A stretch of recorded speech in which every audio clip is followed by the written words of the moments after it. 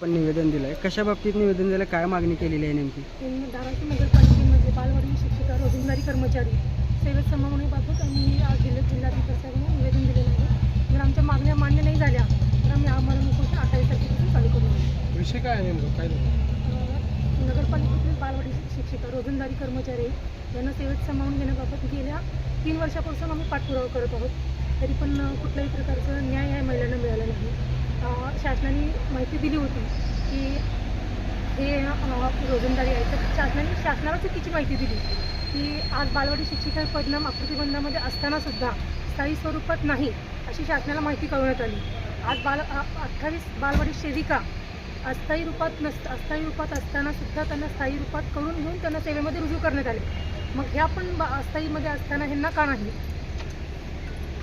किती महिला आहेत? ही खोटी माहिती कोणी कळवली शासनाला? नगरपालिकेच्या अस्थायी विभागातून खोटी माहिती शासनाला पुरवली गेली. तुम्ही गेल्या 3-4 वर्षापासून याचा पाठपुरावा करतायत, प्रतिसाद कसा आहे शासनाचा? प्रतिसाद आमच्या बाजूने आहे. फक्त आता आमचं फक्त मागणी जी आहे रास्त मागणी आहे आणि आमचं सचिवांकडे आमची टेबलला फाईल आहे. तर या संदर्भात ह्या तुमच्या माध्यमातून आम्हाला माननीय एकनाथजी शिंदे साहेबांना सांगायचे आहे की ह्या पण सगळ्या लाडक्या बहिणीच आहेत. या लाडक्या बहिणींना त्यांनी न्याय देणार का? आमची मागणी चुकीची नाही, रास्त मागणी आहे. मागणी मान्य नाही झालं तर आम्हाला उपोषण करा 28 तारखेपासून.